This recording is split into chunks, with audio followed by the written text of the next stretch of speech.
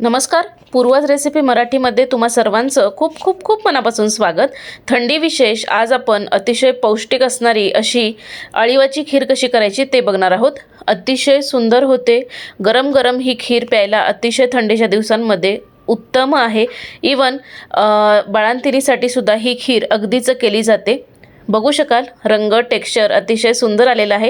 ह्याच्यामध्ये एक secret ingredient पण ॲड केलेला आहे, तो कोणता ते पुढे सांगणारच आहे।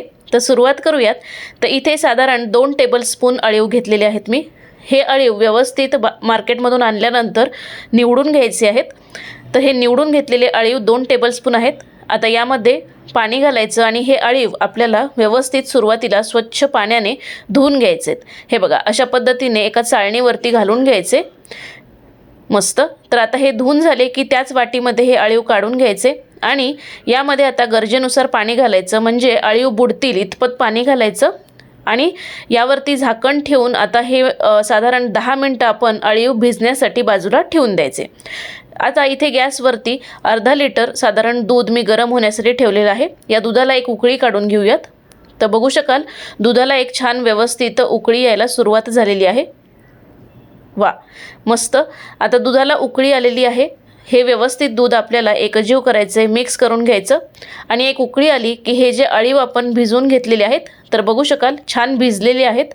हे अळीव आपल्याला संपूर्ण या दुधामध्ये घालून घ्यायचेत।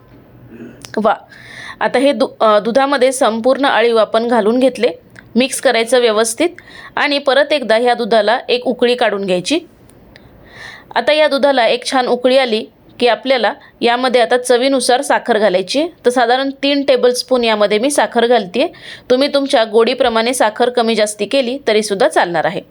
आता एकजीव करून घेऊयात, मिक्स करून घेऊयात आणि साखर संपूर्ण ह्याच्यामध्ये विरघळवून घेऊयात। परत एकदा एक उकळी आली की यामध्ये सिक्रेट इन्ग्रेडियंट जो की आहे खारीक पूड, 2 चमचे खारीक पूड आपण ह्यामध्ये घालणार आहोत। ठीक आहे। तर 2 साधारण मोठे चमचे खारीक पूड यामध्ये घालून घेतली, मिक्स करून घेऊयात आणि अजून एकदा एक छान उकळी या दुधाला काढून घेऊयात। मस्त। तर अजून एक उकळी या दुधाला छान आलेली आहे, बघू शकाल इथे तुम्ही। मिक्स करूयात व्यवस्थित आणि साधारण फक्त 5 मिनिटं हे दूध किंवा ही खीर आपल्याला व्यवस्थित मीडियम आचेवरती शिजवून घ्यायची आहे। तर बघू शकाल किती सुंदर ही खीर दिसतीये। रंगावरून तुम्हाला समजत असेल किती सुंदर ही खीर झालेली आहे, जबरदस्त।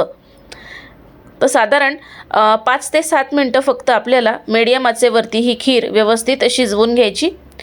आता ही खीर व्यवस्थित शिजवून झाली की यामध्ये आता काजूचे तुकडे आणि बदामाचे तुकडे घालायचे। आवडीप्रमाणे सुकामेवा यामध्ये घालू शकता। मिक्स करून घेऊयात व्यवस्थित।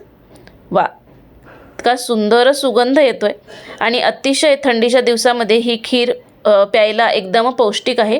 आता ही खीर बनवून झाली की साधारण 4 ते 5 वेलची खलबत्त्यात कुटून घेतल्या।